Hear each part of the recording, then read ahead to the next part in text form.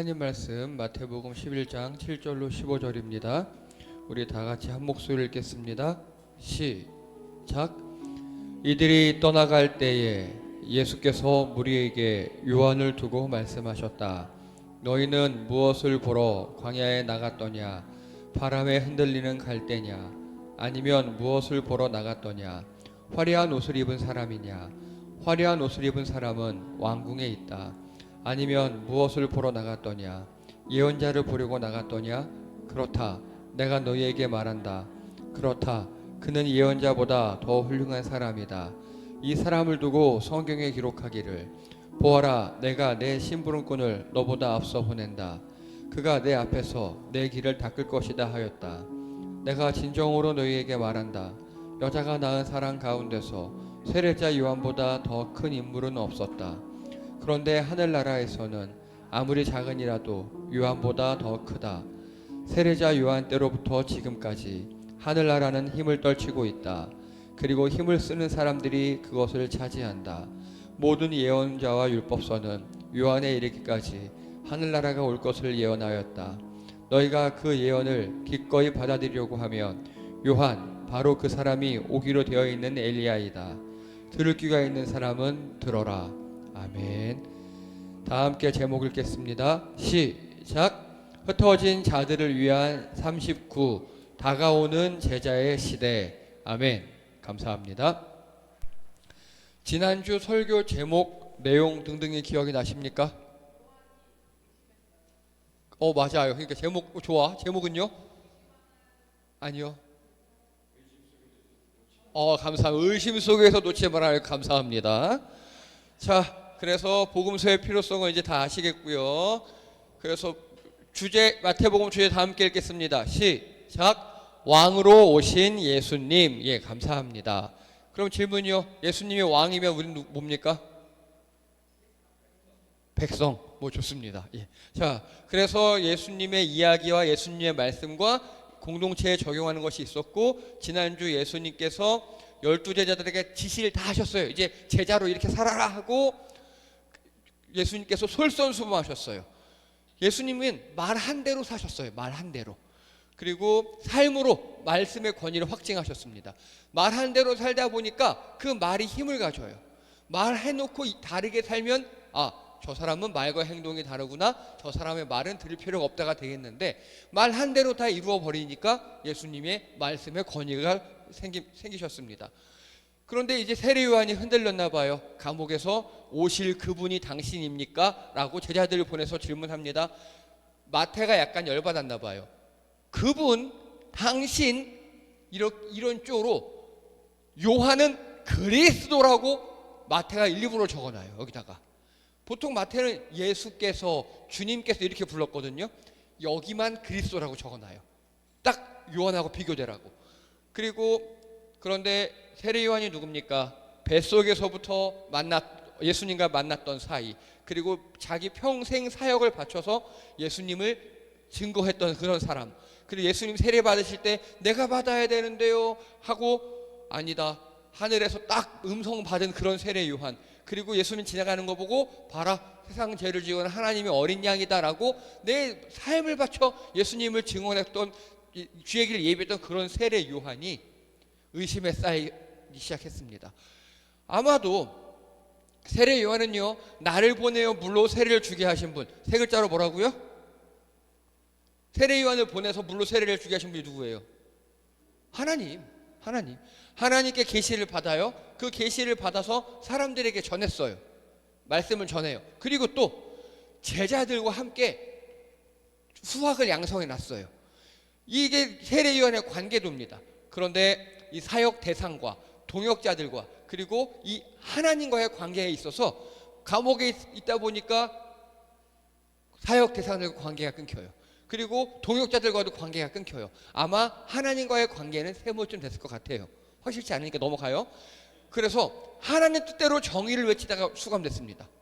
옳은 말 하다 갇혔어요. 예수님과 바통 터치. 예수님 사역 시작하겠습니다. 수감된 지 최소 6개월 이상 지났어요. 그리고 사역 대상들, 동역들과 관계가 단절되니까 하나님과 뭔가 시원치 않아지면서 믿음이 흔들리는 겁니다. 이해가 되십니까? 그래서 여러분, 간단하게 내 일터, 사역 대상 일터, 그 동역자 우리 교회 여기서 멀어지면요 흔들릴 수밖에 없어요. 그래서 제가 지난주에 말씀드렸어요. 예, 누르시아의 성 베네딕투스라고 수도원 운동의 아버지란 분이 있어요. 이 사람은 12개의 수도원을 건립한 위대한 분인데 이 사람이 남긴 명언, 골방 아니면 공동체. 둘 다 없이 신앙을 유지하는 것은 불가능하다. 이해되십니까? 신앙을 유지하려면 최소한 둘 중에 하나 있어야 된대요. 골방 아니면 공동체. 근데 골방이라는 건 이런 데거든요. 정말 굴 같은데 책상에 성경 촛불 십자가 딱 있는 데예요. 간단하게 이거는 세상과 격리돼서 성경책만 보고 살아라 이 소리입니다. 가능합니까? 불가능하죠. 이 베네딕투스가 얘기하는 거는요, 내가 넘어졌을 때도 일으켜 세우는 공동체, 그리고 또 먼저 걸어간 길이 있는 공동체, 올바른 주님의 길로 나아가고 내가 잠시 넘어졌을 때 같이 힘을 주는 그런 공동체가 반드시 영성 유지에 필요하다라고 얘기하는 겁니다. 세례요한은 여기에 실패했어요. 마지막에 여기서 넘어진 겁니다. 자, 그래서 예수님께서 자세하게 설명해 주세요. 야, 일로 와봐 하고 눈먼 사람을 쭉 설명해 주고, 우리 선생님이 당신이 그분 맞냐고 저희들이 물어보니까 예수님이 응 한마디면 되는데 자세하게 설명해 주셨다고요. 그리고 이 걸려 넘어지다, 예수님께 걸려 넘어지다. 여러분, 예수님이 딴지 거는 분이 아니잖아요. 예수님은 불변해요. 예수님 늘 불변하신데 왜 넘어지는 거예요? 혼자서요. 예, 스칸달론이 무슨 뜻이라고요? 예, 함정, 불만, 삐짐이라고요. 예수님은 가만히 계신데 지가 걸려 넘어지는 거라고요. 요한이 그랬다고요. 자, 그래서 요한 삐졌니? 하고 예수님께 물어보는 거예요. 가서 이렇게 쭉 전에 얘기하고 자세하게 설명하며 살짝 질책하세요. 마지막에 나한테 안 삐지는 사람은 복 있다 이렇게. 예수님은 불변하시나 내가 변하여 넘어지고 삐진다고 지난주 여기까지 했습니다. 이제 이번 주입니다. 우리 7절 8절 읽겠습니다. 시작. 이들이 떠나갈 때 예수께서 무리에게 요한을 두고 말씀하셨다. 너희는 무엇을 보러 광야에 나갔더냐? 바람에 흔들리는 갈대냐? 아니면 무엇을 보러 나갔더냐? 화려한 옷을 입은 사람이냐? 화려한 옷을 입은 사람은 왕궁에 있다. 아멘. 자, 먼저 이들이 떠나갈 때, 이들이 누굽니까? 맞아요. 가서 전해줘. 갔어요. 그러니까 예수님께서 누구한테 얘기했다고요? 무리 제자와 또 다른 사람도 있었겠죠. 에게 요한을 두고 말씀하시는 거예요. 자, 요한 관계자가 떠나가자 예수님이 요한을 언급해요. 우리말로 해볼게요. 이렇게 사람들끼리 어울려 있다가 누구 하나 떠나가니까 그 사람에 대한 이야기나 그 사람 가족이나 친구에 대한 이야기를 해요. 세 글자로 뭐라고 하죠? 뒷담화. 오늘 예수님의 뒷담화입니다. 앞에서 얘기하지. 예수님의 뒷담화 같은 거예요. 자, 뒷담화인데 예수님의 질문의 요지가 이겁니다. 너희는 무엇을 보려 광야에 나갔더냐? 무리들에게 계속 반복해서 물어봐요. 니네 광야에 왜 갔니? 뭐 보러 갔니? 무엇을 보려고 광야에 갔니라고 계속 물어봅니다. 그리고 예수님이 자문자답으로 뒷담화를 하시는 거예요. 첫 번째 질문입니다. 니네 갈대 보러 갔니? 여러분 갈대 보러 놀러 가신 적 있으십니까? 어떠십니까? 갈대 보면 좋아요? 좋으신 분들은 연식이 좀 되신 분들이에요. 젊은이들은 갈대 보고 갈대네 합니다. 예. 그리고 또 언젠가부터 뭐 핑크 뮬리 뭐 그런 그런 이상한 게 있더라고요. 근데 저도 언젠가부터 갈대가 좋아지기 시작했어요. 그러면요 이제 묻는 거예요. 예수님이 야 니네 갈대 보러 왜 갔니? 구경 갔니? 들판에 놀러 갔어? 자, 그럼 여러분 우리나라에서요 전통적으로 갈대 그럼 어떤 심상입니까? 예, 우리는 뭐 흔들린다 이렇게 하잖아요. 잘 모르세요? 갈대 흔들리는 거? 알죠? 고전문학에 많이 나오죠. 그렇죠? 여기도 똑같아요. 여기도 갈대 하면요 연약함, 흔들림, 변심 이렇게 얘기합니다. 그래서 구약에 보면요 갈대와도 같은 신앙이라고 이야기합니다.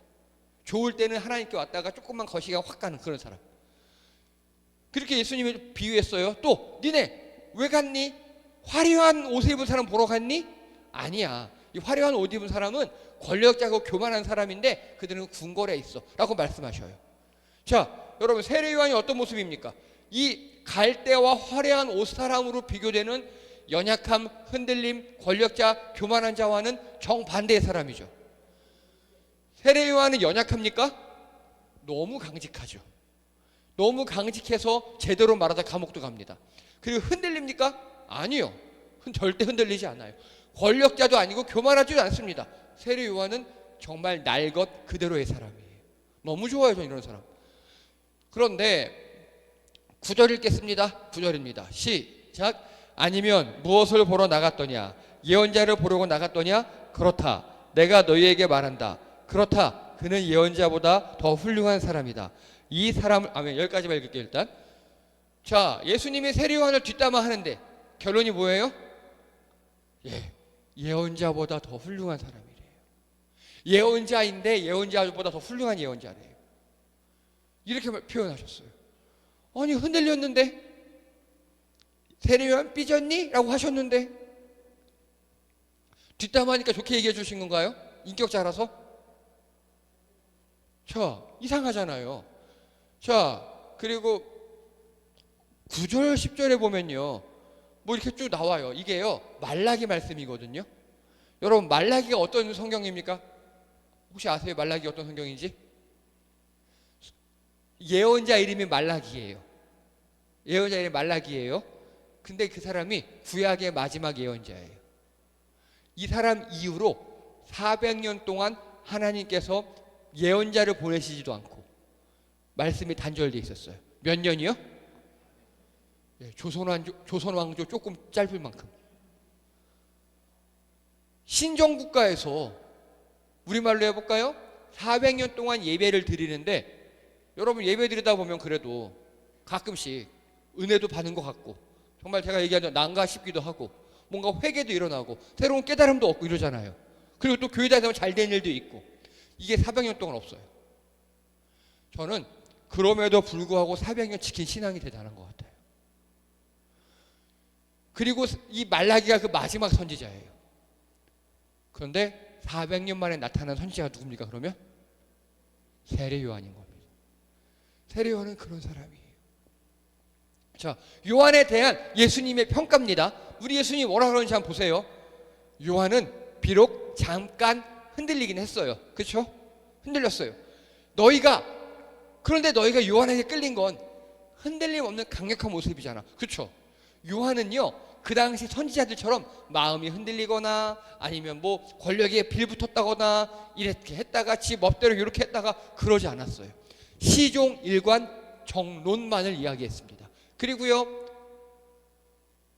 요한은요 권력자든 누구에게든 똑같이 욕했어요. 권력자라고 어이구 어서 오세요, 좀 낮은 사람이라고 야 이놈 새끼야 이러지 않았어요. 낮은 자도 야 이놈 새끼야, 권력자도 속사의 새끼야, 똑같이 욕했습니다.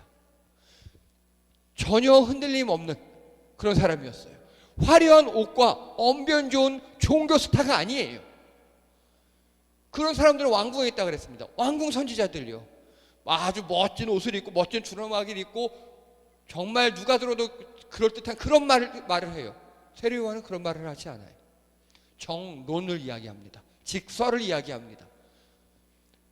하나님과 단절된 지 400년 만에 보내주신 예언자입니다. 그런데 그 예언자가 바로 예언자 중에 예언자, 최고로 훌륭한 예언자가 바로 세례 요한이다. 왜요? 맞춰보세요.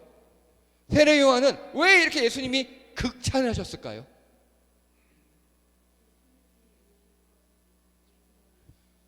그런 사람 말라기도 그랬고요, 있긴 있었어요. 다 그렇게 예언을 했어요. 그런데 세례 요한만의 독특한 점이 있어요. 직접 뭐라고요? 세례를 주다. 좀 비슷해. 그쪽이에요. 세례 요한이 왜 이렇게 위대하다 그랬을까요?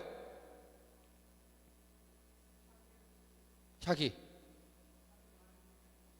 뭐라고? 자기 말을 누가? 정답입니다. 오, 한 소리 정답이에요. 말한 대로 행함의 역할을 다한 겁니다. 다른 예언자들은 예언만 했어요. 근데 세례 요한은요, 이제 내 뒤에 예수님이 오실 거거든. 그분은 내가 그분의 신발도 못 들어. 그분은 위대한 분이야. 나는 망해야 되고 그분은 흥해야 돼. 그리고 그분이 최고야. 말만 한 게 아니라 예언도하고 그대로 행했어요. 그래서 내 제자들 다 예수님께 가라 그러고 저분이 최고다, 보라 세상에 지고는 어린 양이다, 그렇게 예언도 하고 행하기도 한 사람이에요. 여러분, 우리 예수님 이걸 크게 보신 겁니다. 말만 한 게 아니라 그 역할을 다 했어요. 행하면서 하늘나라 문 앞에서 자신의 생애를 바쳐 주의 길을 예비한 사람, 그게 바로 세례 요한입니다. 그래서요, 저는 이렇게 그림으로 표현했습니다. 하늘문이에요. 예수님이 하늘문을 열고 이 땅에 내려오셨어요. 근데 세례 요한은 바로 그 앞에서 머리를 숙여 예수님 예비하고 있어요. 내 모든 삶을 바쳐서. 이게 세례 요한이에요. 그래서 예수님이 세례 요한을 뒤에서 이야기하는데 칭찬하신 거예요. 예언자 중에 예언자라고. 다른 예언자들 말은 했는데 말만 했지, 세례 요한은 말로 하고 자기 삶을 다 바쳐서 행동한 사람이야. 이렇게 칭찬하셨습니다. 여러분 어떠십니까?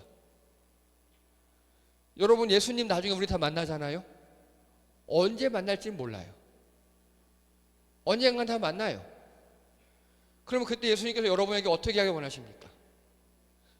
야, 이놈 새끼야, 이걸 원하십니까? 아니면 아유 고생했다, 참 잘했어, 당연히 다 칭찬받고 싶으시죠. 세례 요한은 살아 생전에 벌써 칭찬을 받고 시작한 사람이에요. 여러분, 나중에 예수님 만났을 때 칭찬받으시는 여러분 되기 바랍니다. 그래, 네가 그 힘든 삶에도 불구하고, 건강이 안 좋음에도 불구하고, 그 환경에도 불구하고 나름 열심히 했구나, 잘했어, 애썼다, 이렇게 칭찬받으시는 여러분 되시기 바랍니다. 오늘 세례 요한은 그런 사람이었어요. 그래서 이 세례 요한은요,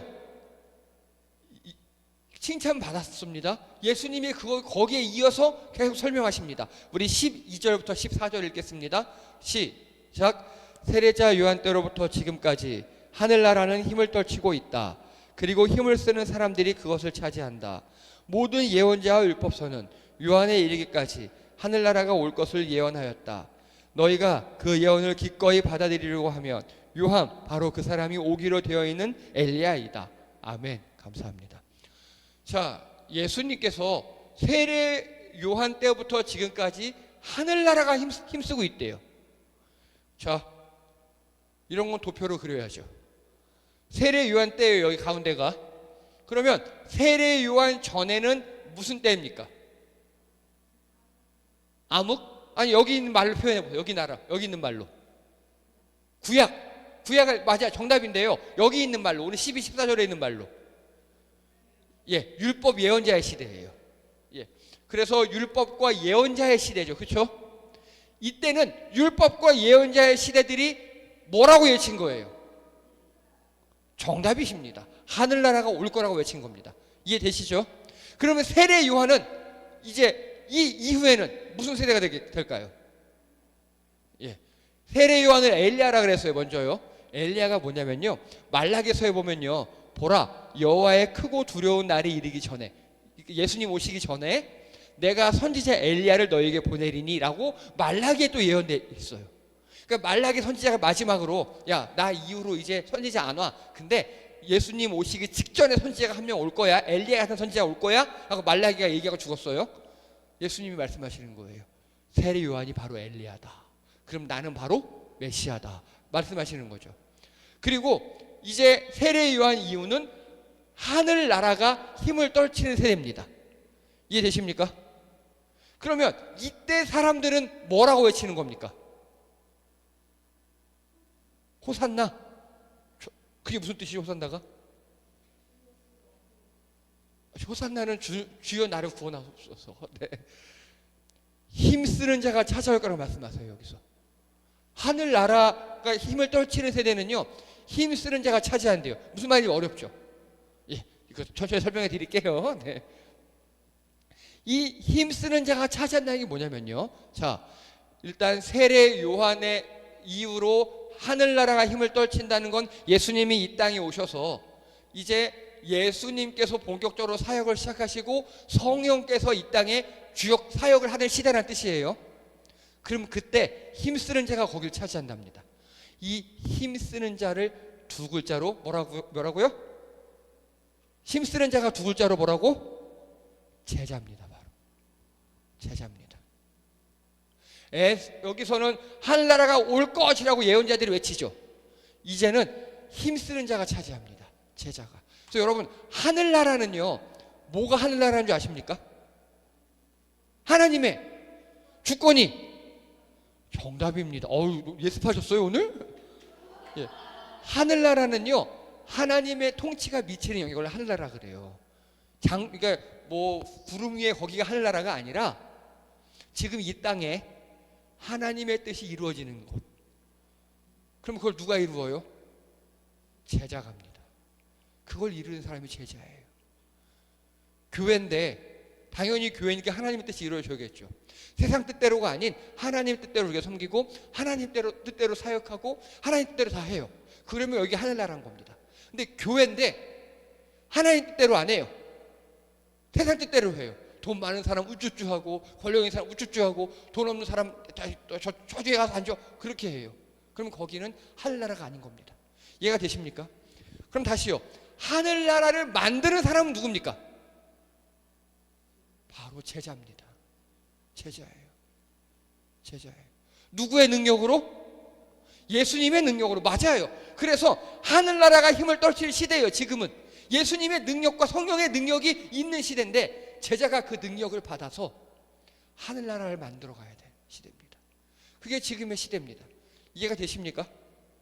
예, 감사합니다. 이거 되게 중요한 건데 누가복음에서 내내 얘기하는데 이거를 우리 교회에서는 잘 얘기하지 않아요. 자, 제자의 역할을 하는 자를 찾으십니다. 이제부터 여러분 잘 들으셔야 합니다. 우리는 예수님과 관계가 있죠. 어떤 관계입니까? 뭐 좋아요. 여러 가지 관계가 있어요. 그런데 예수님께서 우리에게 가장 마지막 원하시는 역할은 바로 제자입니다. 제자의 역할을 하는 겁니다. 세례 요한처럼 역할을 다하여 하늘나라를 차지하는 자가 우리에게 원하시는 거예요. 자, 약간 어려워질 수 있어요. 제대로 설명을 할게요. 예수님이 계시고 세례 요한이 있어요. 이 둘은요, 개인적으로는 사촌 형제 관계입니다. 마리아하고 엘리사벳이 친척이었거든요. 여러분, 사촌, 육촌, 우리 옛날엔 다 많이 친했죠. 저희도 그랬어요. 당연히 친한 사람들이에요, 다. 그런데 공적으로는요. 이거 보세요. 하늘 문을 열고 오는 예수님과 맞이하는 세례 요한, 어떤 관계입니까? 예, 공적으로는 주종 관계예요. 공적으로는. 이 두 가지 관계의 층위가 있습니다. 이해가 되십니까? 우리도 마찬가지입니다. 우리들도요, 예수님과 가족 관계입니다. 가족 관계. 성경에선 신랑과 신부라고 표현하기도 하고, 뭐 아버지와 자녀라고 여러 가지가 있어요. 뭐 정혜연 집사님 아까 애인 관계라 그러셨는데 다 좋아요. 예, 사랑하는 관계예요. 그리고요, 공적으로는요. 우리도 마찬가지로 주종 관계입니다. 공적으로는. 그래서 관계의 출발이 이 가족 관계에서 시작합니다. 예수님께서 나를 구원해 주셔요. 내가 그 믿음이 생겨요. 그러면 영적으로 태어난 거예요. 이제 그때부터 우리가 교회 다니고 신앙생활 하면서 영적으로 성장해 나아가요. 그러면 신앙의 사춘기를 지나 신앙의 장성한 분량에 이르면 우리도 이제 주종관계도 갖기 시작합니다. 그래서 이 두 가지 측면을 우리가 다 아셔야 합니다. 그래서요, 이 예수님과 사촌 형제관계 혹은 가족관계, 사랑하는 관계에서는요, 위로, 치유, 인도, 동감, 이런 작용이 우리에게 일어납니다. 이해가 되십니까? 우리를 위로해 주시고, 우리를 치유해 주시고, 사랑해 주시고, 인도해 주시고, 마치 부모가 어린아이를 절대로 이뻐하듯이. 자, 갓난애기가 똥 쌌어요. 어떻습니까? 이뻐요. 잘했다고 칭찬해요. 착하다고. 똥 싼 건데 착하대요. 그리고 오줌 싸요. 더 이뻐요.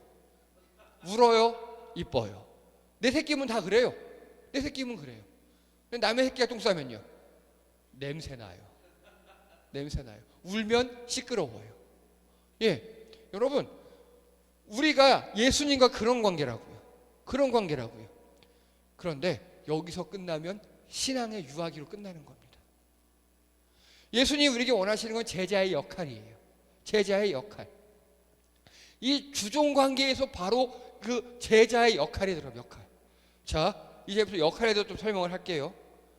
우리나라 분들이 이걸 많이 혼동해요. 이거를. 여러분, 옛날에 굉장히 유행했던 개그 콘서트라고 아십니까? 거기 보면 혹시 슬랩스틱 코미디라고 들어보셨죠? 슬랩스틱 코미디. 어떤 장르입니까? 몸으로 하고 막 맞고 넘어지고 그런 거 하죠. 그런 사람들 보면 좀 짠하고 불쌍하죠. 근데 개그맨들은 그런 걸 하기 원할까요? 안 하기 원할까요? 정말 제일 하고 싶답니다. 왜냐? 슬랩스틱 코미디 우리나라 제일 유명한 사람 한 머리에 떠오르는 누구 있으십니까?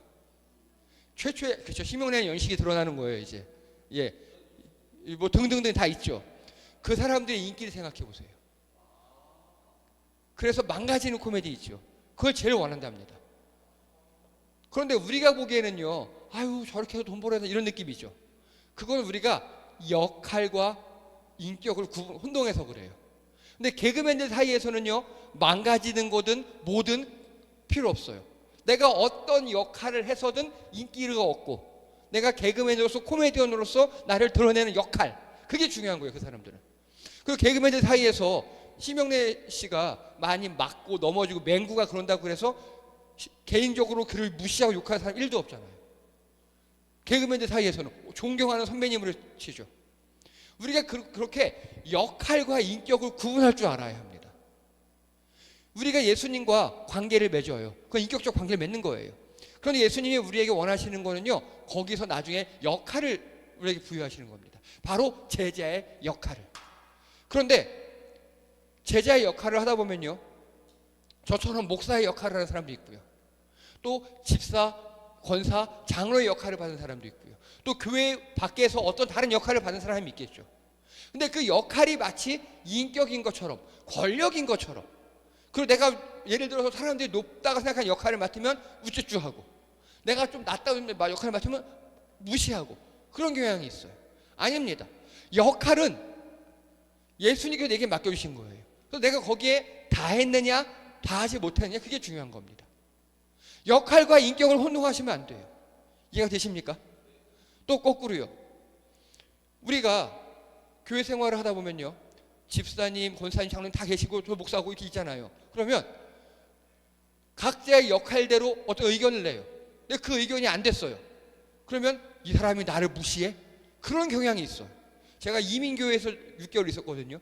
거기 그게 어마어마합니다. 이민자들이 상처가 많다 보니까요, 교회에서 뭔가 자기 자아 실현을 하려고 하고요.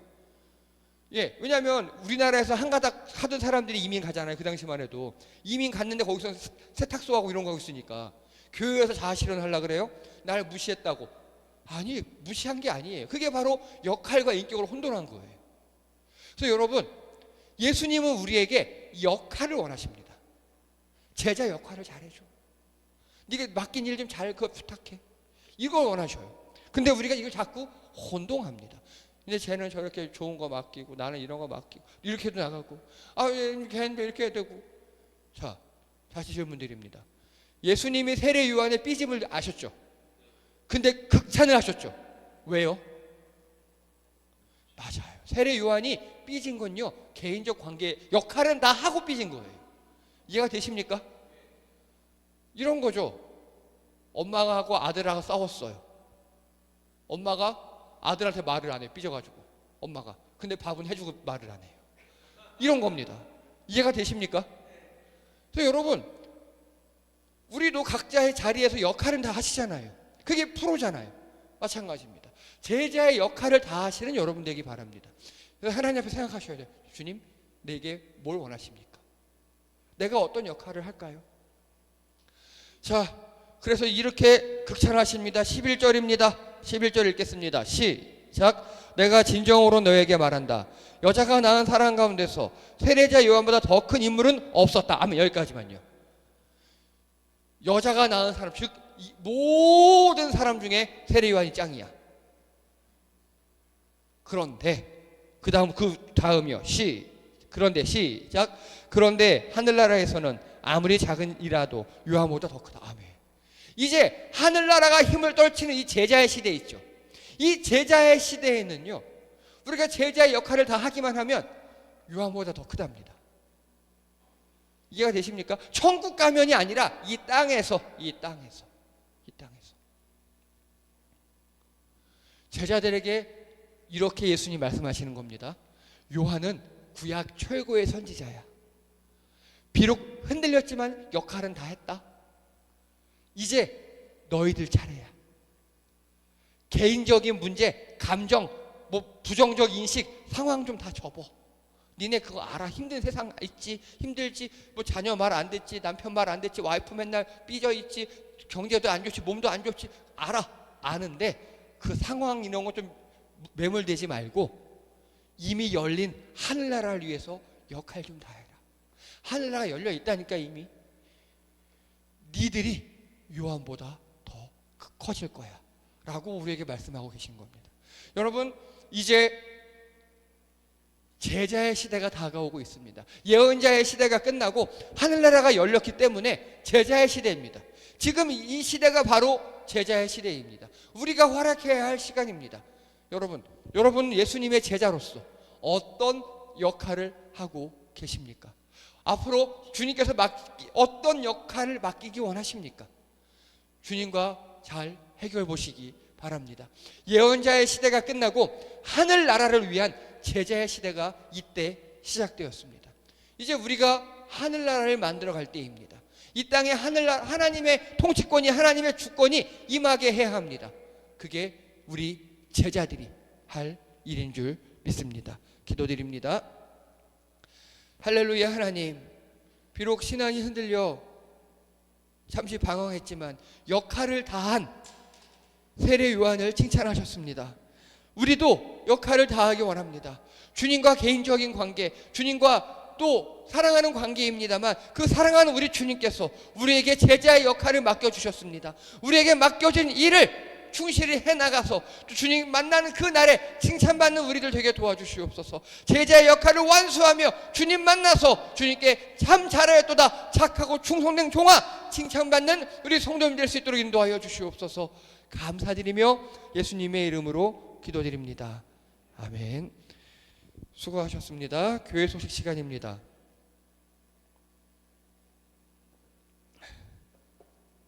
먼저 좀 우리 성도님들께서 기도해 주실 거리가 몇 가지 있습니다. 지금 저희 교회에 몸이 아프신 분들이 좀 계셔요. 우리 계속 누워 계시는 남성혜 권사님 생각날 때마다 기도해 주시고요. 또 김순혜 집사님, 그리고 또 우리 우진이 기도해 주시기 바랍니다. 그리고 저희 함께 푹국에 갔었던 온라인 성도님 편선자님 기억하십니까? 예, 그분이 자궁경부암 확진을 받으셨어요. 그래서 곧 수술을 하시게 되는데 기도 생각날 때마다 계속 기도해 주시기 바랍니다. 그리고 지난주에 공정용 권사님께서 양쪽 눈 백내장 수술을 하셨습니다. 잘 회복하기 위해서 기도해 주시기 바랍니다.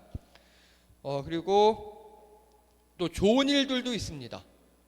일단 다음 주에 손수아 형제가 휴가 나옵니다. 예, 그리고 수아가 오니까 김혜정 집사님이 가족들과 함께 해외여행 한답니다. 네, 그런가 봐요. 네. 그리고 손수민 형제가 장학금을 받아서 오늘 점심을 쏜답니다. 예. 그래서 맛있게 드시기 바라고요. 자, 지금 잠깐 조사하겠습니다. 복성원 시킬 겁니다.